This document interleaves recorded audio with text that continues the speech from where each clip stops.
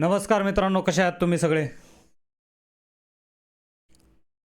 तुम्हाला कळलंच असेल की आज आपण कोणत्या सब्जेक्टवर चर्चा करणार आहोत आणि कोणता सब्जेक्ट आहे जो मी तुम्हाला शिकवणार आहे. लक्षात घ्या, मार्केटमध्ये अत्यंत महत्त्वाचा, आवडीचा आणि सगळ्यांच्या लक्षात ठेवण्यासारखा हा सब्जेक्ट आहे चार्ट पॅटर्न.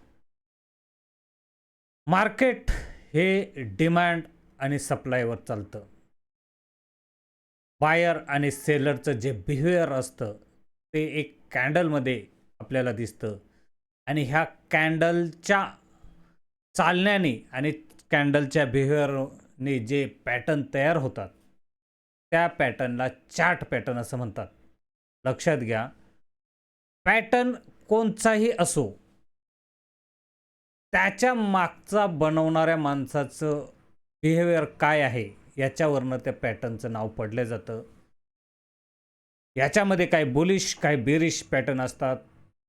बरंच वेळा आपण आणि आपल्या सहवासात राहणारे जे आपले जवळची माणसं, मित्र, मुलं, मैत्रिणी, वाईफ, आईवडील आणि आपले जे वरचे साहेब लोक कोणी असतील, तर यांच्याबरोबर राहून त्यांचा बिहेवियर काय आहे, त्यांचं वागणं कसं आहे, हे जसं आपल्या लक्षात येतं, तसंच मार्केटचं पण असतं की त्या मार्केटबरोबर राहून मार्केटमध्ये जे बिहेवियर तयार होतात त्या बिहेवियरला एक प्रकारे चार्ट पॅटर्न म्हणतात. आणि या पॅटर्नच्या नेहमी बनण्याच्या गोष्टीमुळे हे लक्षात राहतात की हे पॅटर्न बनल्यानंतर काय मुवमेंट होते. आपल्या लक्षात राहतं ना की एखाद्याला जर राग आला, तो आपल्या जवळचा आहे की तो काय करणार आता. त्याच प्रकारे हे शेअर मार्केटचे पॅटर्न आहेत की त्याचे जेव्हा ते बनतात त्याच्यानंतर काय बिहेवियर निर्माण होतं हे आपल्या लक्षात येतात. आणि ह्या मागचं बिहेवियर आपल्याला कळायची, तो पॅटर्न कसा बनतो, त्याच्या मागचं बिहेवियर काय आहे, हे जर तुम्ही मार्केटमध्ये समजून घेण्याचा प्रयत्न केला तर तुमच्या लवकर लक्षात येतं. आलं का लक्षात? हे सगळं डिमांड आणि सप्लायचा खेळ आहे आणि त्याच्यामधनं हे पॅटर्न तयार होतात. आपण आज अशा प्रकारे चार्ट पॅटर्न पाहणार आहोत की तुम्ही आजपर्यंत जर मार्केटमध्ये असाल, तुम्ही याच्या अगोदर चार्ट पॅटर्न पाहिले असतील आणि ते तुम्हाला कळाले नसेल, तर मी तुम्हाला व्यवस्थित समजावून सांगेल. मला चार्ट पॅटर्न चांगले कळतात आणि मीही तुम्हाला व्यवस्थित समजून सांगेल की ह्या चार्ट पॅटर्नचा अर्थ काय आहे, तो का बनला आणि त्याचं बिहेवियर काय आहे, हे तुम्ही समजून घ्या. तुमच्या लवकर लक्षात येईल की चार्ट पॅटर्नमुळे आपण मोठमोठाल्या रॅल्या पकडू शकतो, मोठमोठाले ट्रेड घेऊ शकतो आणि ह्या चार्ट पॅटर्नच्या नेहमी बनण्याच्या प्रथेमुळे हे चार्ट पॅटर्न खूप फेमस आहेत. ओके, तर ह्याच्यामध्ये काही बुलिश चार्ट पॅटर्न असतात, काही बेरिश चार्ट पॅटर्न असतात, हे आपल्या लवकर लक्षात येतात. परंतु ते बनण्याची जे मुवमेंट आहे, म्हणजे सप्लाय अँड गेम आहे, ते आपण आज या ठिकाणी पाहणार आहोत. लक्षात ठेवा, बुलिश चार्ट पॅटर्न आपण पाहण्याचा प्रयत्न करूया. पहिल्यांदा बुलिश चार्ट पॅटर्न कसा बनतो. बुलिश चार्ट पॅटर्न नेहमी लक्षात घ्या की मार्केट वरून खाली पडत येते, सेलिंग प्रेशर चालू आहे आणि अचानक मार्केटमध्ये थोडीशी बाईंग येते. काही अंतर ते गेल्यानंतर परत सेलिंग प्रेशर येतं, परत बाईंग येते, परत सेलिंग प्रेशर येतं. पण त्यावेळेस एक लक्षात येतं की मार्केट एक लोअर लो बनवत चाललेला आहे आणि हायर हाय बनवताना तो लोअर साईडला बनतो. लोअर लो तर बनवतोच, पण हायर साईड पण लोअर लोला बनतो. याचा अर्थ काय आहे लक्षात घ्या. ह्या पॅटर्नच्या नावापेक्षा ह्या पॅटर्नच्या बनण्याच्या प्रथेकडे लक्ष द्या. एक सेलर आलेला आहे, तो एक ठिकाणावर इथनं बायर प्रेशर टाकू राहिलं की मला ही जी क्वांटिटी मिळते ती स्वस्त मिळते आणि तो उचलण्याचा प्रयत्न करतो. पण सेलरचा प्रेशर अजून कमी झालेला नाही, सेलर परत त्याला खाली घेऊन जाण्याचा प्रयत्न करतो. पण ह्या लोच्या खाली गेल्यानंतर बायर अजून ॲक्युमुलेशन करण्याचा प्रयत्न करतोय. लक्षात घ्या, ॲक्युमुलेशन करण्याचा प्रयत्न केल्यामुळं बायर वापस वरने घेऊन जाण्याचा प्रयत्न करतोय. पण बायर या लो जो हाय आहे त्याच्या वर घेऊन जाऊ शकतो आणि सेलर परत खाली नेण्याचा प्रयत्न करतोय आणि ह्या लोच्या खाली घेऊन जातोय तो. म्हणजे ह्या पॅटर्नमध्ये एक प्रकारचं बेरिशनेसपणा चालू आहे. पण त्याच्या एक गोष्ट लक्षात येते, की जो हा पहिला हाय होता, की त्याने बाईंग केल्यानंतर जो ₹100 चा हाय बनला असेल, तर सेलरने त्याला खाली लो नेल्यानंतर परत जो हाय बनतो, तो याच्यापेक्षा कमी बनतो आणि सेलर एक प्रकारे कुठेतरी सेलरच्या लक्षात येतं, की मी खाली घेऊन जाऊ राहिलोय. परंतु हा चार्ट पॅटर्न जो सुरुवातीला उंच होता आणि तो हळू निमुळता होत चाललाय. म्हणजे याचा अर्थ काय होतं, की सेलरच्या लक्षात आलेलं आहे, की आता माझं जे प्रेशर आहे, हे मी जास्त बिल्डअप नाही करू लागलो, म्हणजे करू नाही शकत आणि बायरचं प्रेशर वाढत चाललेलं आहे माझ्यावर. आणि कोणचा तरी असा पॉइंट येतो, की ज्या पॉइंट नंतर बायरचं प्रेशर जास्त वाढतं. त्यावेळेस असा पॅटर्न एक तयार होतो आणि हा बुलिश पॅटर्न असतो, कारण तो वरनं सेलिंग साईडला खाली आलेला आहे. लक्षात घ्या. म्हणजे पहिला ट्रेंड नेहमी जे पॅटर्न बनतात त्याच्या अगोदरचा ट्रेंड कोणचा आहे, हे सगळ्यात महत्त्वाचं असतं. म्हणजे पॅटर्न बुलिश ट्रेंड नंतर बनलेला आहे, की बेरिश ट्रेंड नंतर बनलेला आहे, हे लक्षात घ्या. या ठिकाणचा जो पॅटर्न बनतोय तो बेरिश ट्रेंड नंतर बनतोय. त्यामुळं आपोआपच तो बुलिश साईडला जाणारा राहतो. सेम ह्याच पद्धतीनं हा बुलिश ट्रेंड आहे आणि त्याच्यामध्ये वरनं एक प्रकारे काय येते, प्रॉफिट बुकिंग येते. प्रॉफिट बुकिंग आल्यानंतर बायर ॲक्युमुलेशन होतात. परत प्रॉफिट बुकिंग येते, ॲक्युमुलेशन होतात आणि असा जो पॅटर्न बनतो निमुळता, बुलिश ट्रेंडमध्ये ॲक्युमुलेशन आणि वरच्या साईडला जाणारा पॅटर्न. लक्षात घ्या. म्हणजे वरून लोअर लो बनत येतो, पण खालनं हाय बनत चाललेला आहे. हा हाय म्हणजे त्याला कोणता तरी हाय तोडायचे आणि हा जो हाय बनतो याला एक प्रकारे सिमेट्रिकल ट्रायंगल म्हणतात, पण एक प्रकारचा हा फ्लॅग पॅटर्न आहे. आलं का लक्षात? म्हणजे काय करू राहिले ह्या पॅटर्नमध्ये, बायर ॲड होऊ राहिलेत आणि जे सेलर नसून याच्यामध्ये एक प्रकारचे प्रॉफिट बुकिंग येऊ राहिले. म्हणजे प्रॉफिट बुक होऊ राहिले आणि बायर ॲक्युमुलेशन पण करू राहिले. म्हणजे नवीन बायर ॲड होऊ राहिलेत आणि जे ऑलरेडी आतमध्ये घुसलेले जे बायर आहेत त्याच्यातले काही प्रॉफिट बुक करू राहिले. हा जो पॅटर्न बनतो, ह्या पॅटर्नमध्ये एक वेगळ्या प्रकारचा फ्लो राहतो. तुम्हाला मी चार्टवर नेऊन दाखवलं. याचं काय होतं, की याच्या मागचं ज्यांना पुट कॉल माहीत असेल तर त्यांच्यासाठी मी सांगतो. ज्यांना पुट कॉलबद्दल काही माहीत नसेल त्यांना हा पॅटर्न कळणार नाही. लक्षात घ्या, खालनं एखाद्या व्यक्तीने ₹200 वरनं मार्केट उचललं, ज्याची प्राईस ॲट द मनीची प्राईस समजा ₹200 आहे. प्रीमियम ₹200 आहे. त्यांनी उचललं वरच्या साईडला, समजा निफ्टी 24,000 ला आहे आणि 24,200 पर्यंत गेली. पण ज्यावेळेस निफ्टी 24,000 ला होती त्यावेळेस 24,200 ची प्राईस, 24,200 ची पुटची प्राईस, लक्षात घ्या, पुटची प्राईस सेलरच्या बाजूने विचार करतोय मी. पुटची प्राईस समजा त्यावेळेस ₹200, कारण ₹200 लांब आहे. 24,000 ला असताना 24,200 ची पुटची प्राईस ₹200 होती. आता मार्केट 24,200 ला आलेलं आहे, लक्षात घ्या.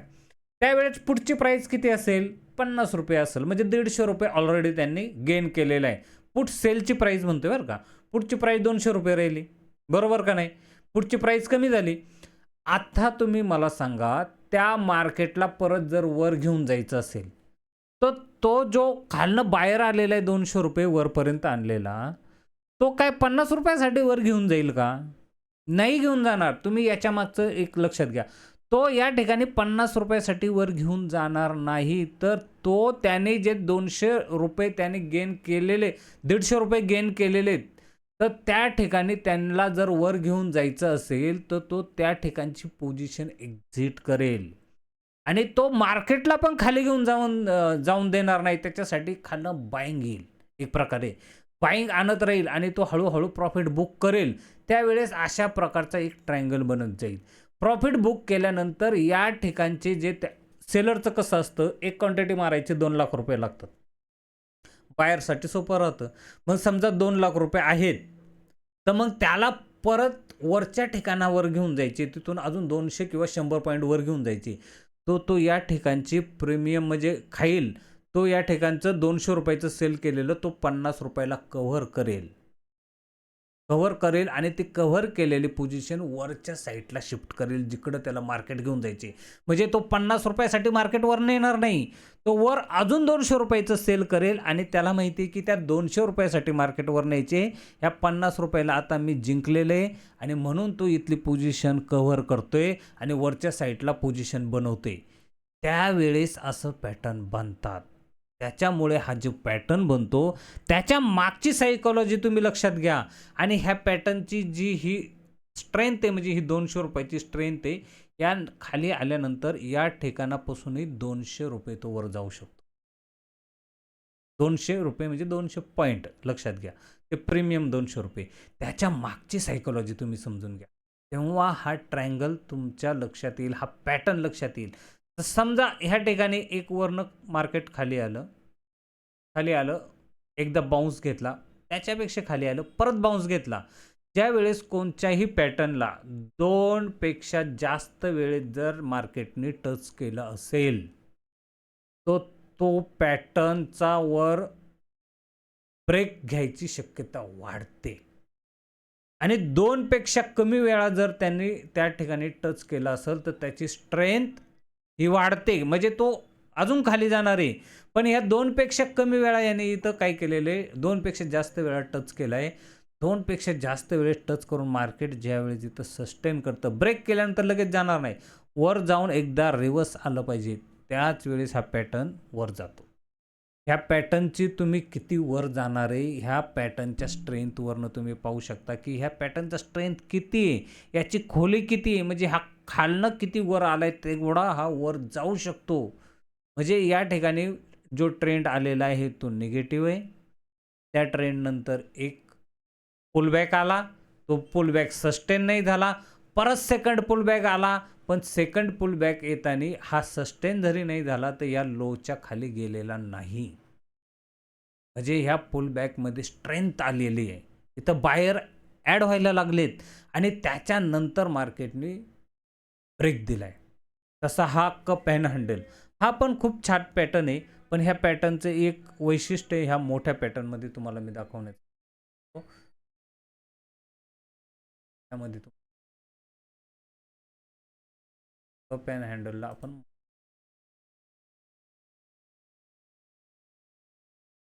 हे बघा, या ठिकाणचा जो पॅटर्न आहे, हा मार्केट वर चालले, वरनं खाली आला मार्केट किंवा वरून खाली येऊन जरी जाणार असेल हा पॅटर्न, तर हा पॅटर्न लवकर बांधताना ना लवकर लक्षात येत नाही. सुरुवातीला गंमत काय होते, मार्केटवरनं खाली आले, सेलिंग प्रेशर जास्त आहे, पण अचानक बाईंग यायला सुरुवात होते. पण सेलर आपली पोझिशन सोडायला तयार नाहीयेत. सेलर खाली घेऊन जातात, बायर वर घेऊन जातात, सेलर खाली घेऊन जातात. तो कमीत कमी अर्धा बनतपर्यंत ना हा कप हँडल पॅटर्न आहे हे कळतच नाहीये. कारण त्याच्यामध्ये इतकं विक्स बनतात वर खाली, वर खाली. आणि या वेळेस जेव्हा हा पूर्ण होतो, तर हा पॅटर्न सेलरचं प्रेशर जास्त असतं, पण बायर त्याला जास्त रेजिस्टन्स करायला सुरुवात होतं आणि हा इथपर्यंत येते तर पार या पॅटर्नच्या नाकीनं वाहलेले असतात. खरं सांगायचं म्हणजे दोघांच्या पण. या ठिकाणी आल्यानंतर हा पूर्ण पॅटर्न जेव्हा बनतो, तर या ठिकाणी 2 ट्रेड होऊ शकतात. हा जर लवकर लक्षात आला, तर इथपर्यंत मार्केट जाऊ शकतं. रेजिस्टन्सपर्यंत जिथनं तो जाऊन खाली आलाय. पण रेजिस्टन्सला गेल्यानंतर मार्केट खाली येत नाही. एक प्रकारचा फ्लॅग बनवतं. हा एकदा बनवल, दोनदा बनवल, तीनदा बनवल. काही वेळेस एकदा बनवतं. आता या ठिकाणी 2दा दाखवले. काही वेळेस 3दा पण बनवू शकतं. परंतु हा पूर्ण खाली न जाता याच ठिकाणी कन्सोलिडेशन करतो. म्हणजे तो काय करतो, कन्सोलिडेशन करतो. याचा अर्थ तो ब्रेकआउट द्यायच्या तयारीत आहे. त्यावेळेस बनतो म्हणजे हा कपसारखा आणि हा हँडलसारखा एक पॅटर्न बनवतो. म्हणून ह्या पॅटर्नला कप हँड पॅटर्न म्हणतात. आणि हा पॅटर्नची जी खोली वरपासून खालीपर्यंत जेवढी आहे, तेवढीच ह्या ब्रेकआउट नंतर वर तो टार्गेट देतो आणि तिथपर्यंत टार्गेट देतोच.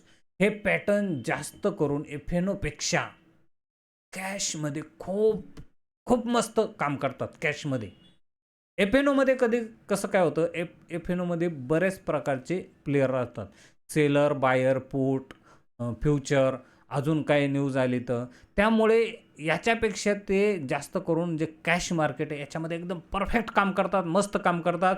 आणि जे कॅश म्हणजे इक्विटीमध्ये काम करतात यांच्यासाठी हे पॅटर्न खूप भारी काम करतात, हे लक्षात घ्या. हे कप अँड पॅन्डलचे मी जे आपल्याला दाखवतो हे चार्ट, हे मी तुम्हाला सेंड करेल.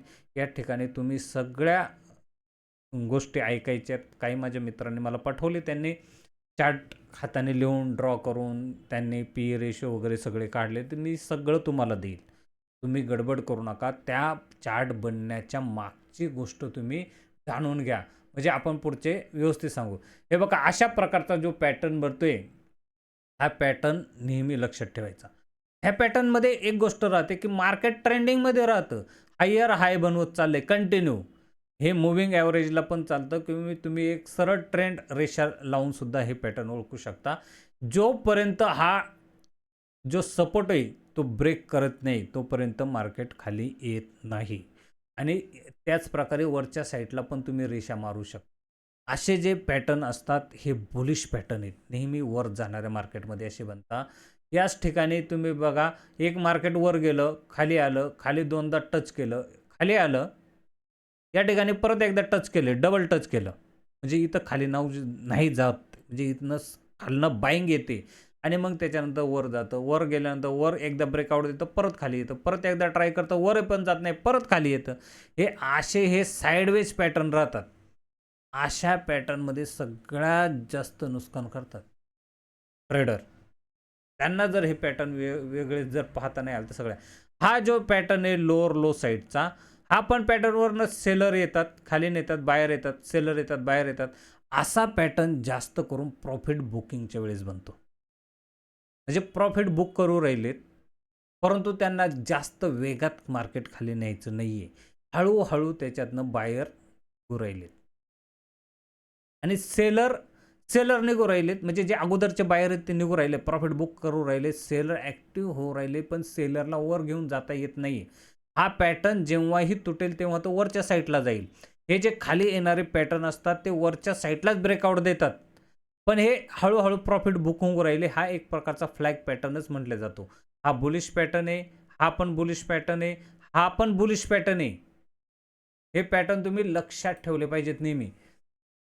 दुसरं पॅटर्न पाहूया. त्याकडे भरपूर पॅटर्न आहेत, तुम्ही टेन्शनच घेऊ नका. हे बघा, ट्रेंड हा फ्लॅग पॅटर्न आहे, हा बुलिश आहे, हा बुलिश फ्लॅग आहे. म्हणजे मार्केट वर जाऊ राहिले, प्रॉफिट बुकिंग होऊ राहिले. मार्केट वर जाते, प्रॉफिट बुक होते आणि ते प्रॉफिट बुक होताना तो मार्केटला खाली घेऊन जायच्या प्रयत्नात नाही. म्हणून मी तुम्हाला सांगितलं की या ठिकाणची जी पोझिशन आहे तो बुक करून पुढच्या ठिकाणी तो एक्झिट करण्याचा प्रयत्न, म्हणजे वरच्या ठिकाणी घेऊन जाण्याचा प्रयत्न करतोय. त्यावेळेस असे पॅटर्न बनतात. असेंडिंग ट्रायंगल, हे एकच रेषेला मार्केट रेजिस्टन्स घेऊन राहिले, परंतु खालून जाताना ते हायर हाय बनवत राहिले. म्हणजे वरनं रेजिस्टन्स येतो, खालनं जाताना हायर हाय येतो. हा बुलिश पॅटर्न आहे. आणि सेम याच प्रकारे खाली एकाच ठिकाणी मार्केट रेजिस्टन्स घेऊन राहिले, पण वरनं लोअर लो बनत चाललाय. म्हणजे इथं रेजिस्टन्स येऊ राहिलाय, पण जो बायर आहे त्याला ही जी त्याच्या अगोदरची जी त्याने मुवमेंट दिलेले त्याच्या वर नाही घेऊन जायचं. जो लो लावलाय म्हणजे हायर हाय लावलाय, त्या हायर हायला तो ब्रेक नाही करू राहिला. अशा वेळेस हे पॅटर्न खालच्या साईडला येण्याची शक्यता जास्त राहते. आणि हा जो सिमेट्रिकल पॅटर्न आहे, हा पॅटर्न जास्त करून दोन्ही साईडला ब्रेक देतो. या ठिकाणी हा खालनं हायर हाय बनत चाललाय, वरून येताना लोअर लो बनत चाललाय आणि एक मार्केट एक कमी जागेमध्ये येण्याचा प्रयत्न करते आणि इथनं कुठंतरी ब्रेकआउट देईल. पण हा पॅटर्न जेव्हाही बनतो त्यावेळेस एक फेक ब्रेकआउट होतो. म्हणजे त्याला जर खाली जायचं असेल तर वर ब्रेकआउट देतं आणि वरनं जर ते मार्केट आतमध्ये आलं तर समजायचं वरच्या लोकांना त्यांनी कॅप्चर केलेलं आहे, आता ते मार्केट खाली निघेल. त्याच पद्धतीनं जर ह्या मार्केटने खाली ब्रेकआउट दिला आणि झपकानी वर गेलं तर समजायचं खालची लोक जे पुटवाल्यांना त्यांनी कॅप्चर केलेले आहे, आता ते मार्केट वर कॉल साईडला जाईल. हे अशा प्रकारचा ट्रायंगल, हा दोन्ही सिमेट्रिकल ट्रायंगल हा दोन्ही साईडला ब्रेकआउट देऊ शकतो. कारण त्या पॅटर्नमध्येच दिसते की इथं बायर आणि सेलर दोघंही ॲक्टिव्ह आहेत. बायर पण खाली बायर पण वर घेऊन चालला, सेलर पण खाली प्रेशर देत चाललेत. म्हणजे हे दोन्ही ॲक्टिव्ह असतील, कोणचे तरी एकाच साईडला मार्केट जाईल, ते दोन्ही साईडला नाही जाऊ शकत. आणि जेव्हा पॅटर्न बनतात त्याच्यानंतर जे मोमेंटम येतं, तर त्याची जी सुरुवातीची लेंग्थ असते, ही जी सुरुवातीची बनण्याची लेंग्थ असते, तेवढंच वर किंवा ही जी लेंग्थ असते तेवढंच खाली घेऊन जायची त्याच्यामध्ये स्ट्रेंथ असते आणि ते जातं तिथपर्यंत. म्हणून हे पॅटर्न व्यवस्थित तुम्ही लक्षात ठेवले पाहिजे. अशा प्रकारचे पॅटर्न खूप व्यवस्थित काम करतात. हाय बघा, head and shoulder. Head and शोल्डरमध्ये काय असतं, की पहिल्यांदा मार्केट आलं, बाउन्स झालं. त्याच्यानंतर मार्केटमध्ये एक करेक्शन आलं. मार्केटने एक ठिकाणी सपोर्ट घेतला आणि मार्केटने हे जे बनवलेला जो हाय बनवला, त्याला ब्रेक करून मार्केट वर गेलं.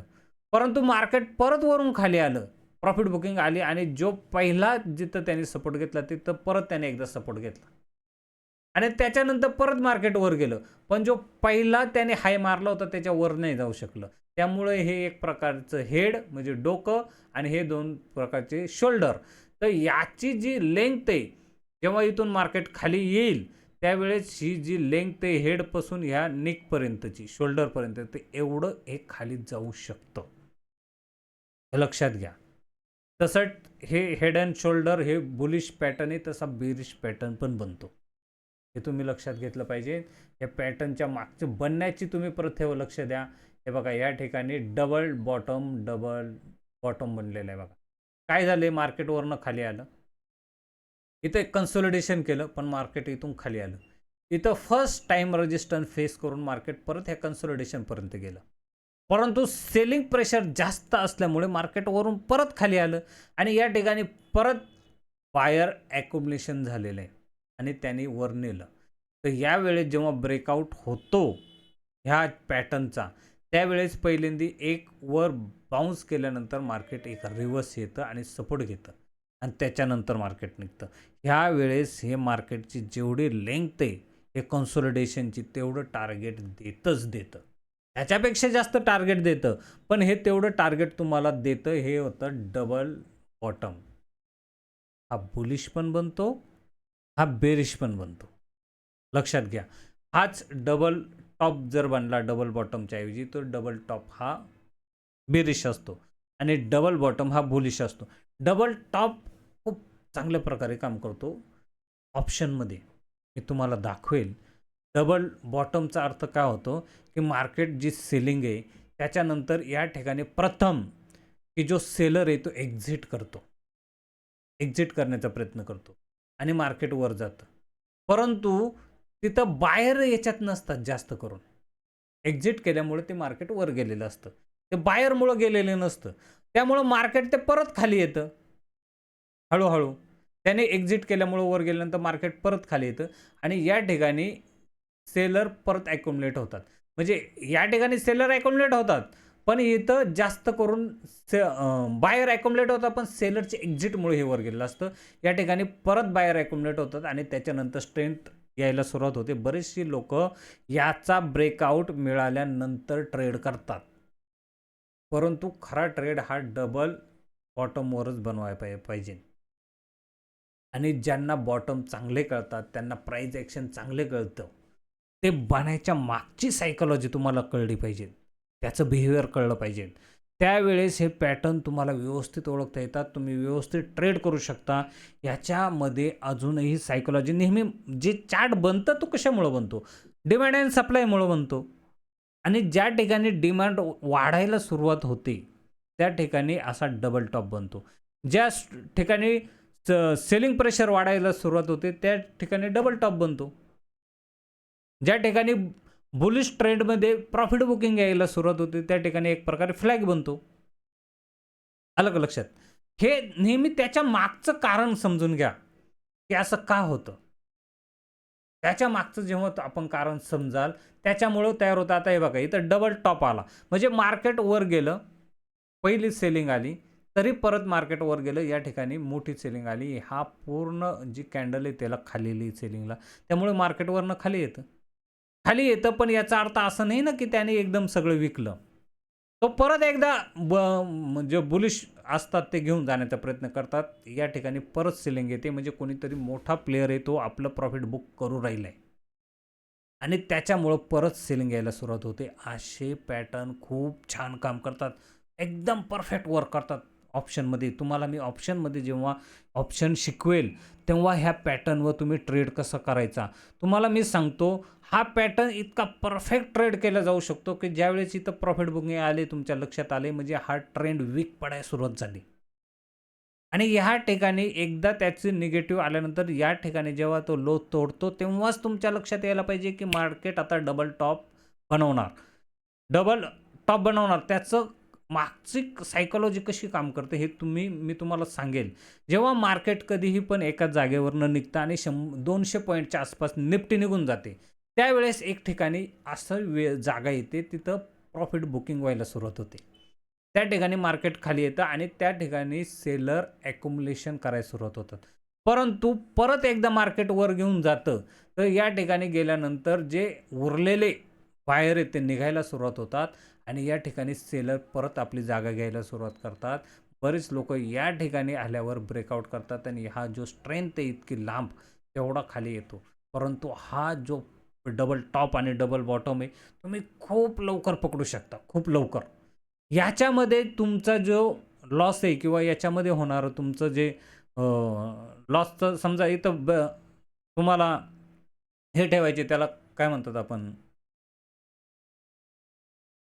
इथं वर जे तुम्ही हे ठेवणार आहे तुमचा, तो खूप जवळ ठेवता म्हणजे 20 एक पॉईंटचा. कारण तुम्हाला हा टॉप माहिती आहे, कितीला टॉप बनला. ह्या टॉपच्या वर तुमचा स्टॉप लॉस फक्त 15-20 पॉईंटवर ठेवायचा असते. याच्यावर मार्केट कधी-कधी जाऊ शकतं, पण त्याच्यासाठी इथं कन्सोलिडेशन करावं लागतं त्याला. तरच वर जाईल, नाहीतर नाही जाऊ शकत. म्हणून अशा पॅटर्नला डबल बॉटम आणि डबल टॉपला तुमचा जो हे बनला जातो स्टॉप लॉस, तो खूप कमी बनला जातो. खूप कमी. पण टार्गेट तुमचं खूप मोठं दिलं जातं. या ठिकाणी समजा परत इथून वर येण्याचा प्रयत्न केला, तरी काही हरकत नाही. तो थोडा वर येईल, थोडा वर येईल, परंतु परत खालीच जाईल. आणि हा जो लेग तुटण्याचा तुम्ही वाट बघतात, तोपर्यंत तुमच्याकडनं बरंच उशीर झालेला असतो. म्हणून मी म्हणतो, जे पॅटर्न आहेत ते तुम्ही लवकर ओळखले, तर ते तुम्ही लवकर पकडाल. ते बनण्याच्या मागची सायकॉलॉजी समजून घ्या. कोणतेही पॅटर्न जो बनतो, त्याच्या मागची सायकॉलॉजी जेवढ्या लवकर आपण पकडतो तेवढी चांगली असते. आणि हे पॅटर्न जे बनतात त्यावेळेस अशा प्रकारच्या कॅन्डल बनतात. बुलिश, बेरिश, मी ज्या कॅन्डल तुम्हाला मागच्या पार्टमध्ये शिकवल्या, त्या कॅन्डल कुठेही बनवून काही अर्थ नाही. ती कोणत्या पोझिशनला बनली, त्या पोझिशनला ती कॅन्डल जर बनली, तर खूप चांगलं असतं. या ठिकाणी जी कॅन्डल बनते ती खूप मस्त बनते बरं का. ह्या अशा प्रकारच्या कॅन्डल बनतात. खूप छान कॅन्डल बनतात. त्याच्यावरनं तुम्ही लवकर पकडू शकता. हे बघा, ही जी कॅन्डल बनलेली मी तुम्हाला दाखवतो. ही कॅन्डल त्या ठिकाणी, ही कॅन्डल तिथं बनते. डबल टॉपला ही कॅन्डल खूप मस्त बनते. हे तुम्ही लक्षात घेतलं पाहिजे. आता तुम्ही पॅटर्न आहेत ते पाहून घ्यायचं. कशा प्रकारे हे पॅटर्न बनतात. Double top, cup and handle, हा bullish flag, head and shoulder एक प्रकारचा, हा डबल बॉटम. हे खूप भारी भारी हे बघा. हे मी सगळं तुम्हाला पाठवल. तुम्ही हे लक्षात घ्या. आपण जेव्हा पुढच्या चार्ट पॅटर्नवर जाऊन शिकवल, हे अगोदर मी पॅटर्न शिकवतो तुम्हाला, त्याच्यानंतर चार्ट पॅटर्नवर जाऊन जेव्हा शिकवल तेव्हा हे लक्षात घ्या. हे सगळे बुलिश पॅटर्न आहेत. हे बघा, या ठिकाणी सेलिंग येते, इकडनं बाईंग येत चालले, हायर हाय मार्क चाललंय, लोअर लो माहीत चाललंय. या ठिकाणी एक प्रकारचा फ्लॅगच आहे. हा डबल बॉटम झालं, हा इकडं एक प्रकारचा फ्लॅगिंग वेज झालं, वरून खाली येतो, वरच जाणार आहे. या ठिकाणी हा फ्लॅगच आहे. हा हेड अँड शोल्डर प्रकारे एक प्रकारे बनला आहे, उलटा हेड अँड शोल्डर. लक्षात घ्या. हे खूप चार्ट पॅटर्न व्यवस्थित लक्षात घ्या. हे सगळं चार्ट पॅटर्न मी तुम्हाला पाठवल. मी तशी काळजी करू नका. हे सगळे पाठवणार आहे. बरेच जणांच्या हे लक्षात पाठवलेलेच वाटतं. पाठवले नसतील तर तुम्हाला मी टेलिग्रामला सगळे पाठवल. तुम्ही ह्या कोणत्याही याची काळजी करायची नाही. तुम्हाला सगळ्या गोष्टी मिळेल. फक्त ते पॅटर्न कसे बनतात, त्या पॅटर्न बनण्याच्या मागच्या गोष्टी तुम्हाला नेहमी समजून घेतल्या पाहिजेत. त्यावेळेस तुमच्या लक्षात येईल की हे पॅटर्न कसे बनतात. नाहीतर मग काय होतं की आपण मार्केट शिकतो आणि ते काय, हे वाचण्याचं काही अर्थ नाही आहे. लक्षात ठेवणे, हे वाचत बसा, ते लक्षात ठेवा. मग ते पॅटर्नला काय अर्थ होत नाही. तुम्हाला जर ते पॅटर्न नुसतं पाहून जर ट्रेड करायचं असेल तर तुम्ही मार्केटमध्ये येऊन काही शिकला नाही असं मी म्हणेन. तुम्हाला पॅटर्नच्या मागची सायकॉलॉजी कळली पाहिजे. जेव्हा ती सायकॉलॉजी कळेल त्यावेळेस त्या मागचा जो पॅटर्न बनवणारी व्यक्ती त्याचं बिहेवियर कळेल. म्हणून हे पॅटर्न हे नुसतं पॅटर्न नसून एक प्रकारचे बिहेवियर आहेत. मार्केटचे बिहेवियर मुवमेंट करायची आणि हे नेहमी बनल्यामुळे बिहेवियर त्याच्या नावावरनं ते पॅटर्नला नाव दिलेलं आहे. हे खूप फेमस पॅटर्न आहेत, सगळे चालतात, पण बरेच वेळा अशा पॅटर्नलाही कधी कधी मार्केट व्यवस्थित मुवमेंट देत नाही, मार्केट फसवतं.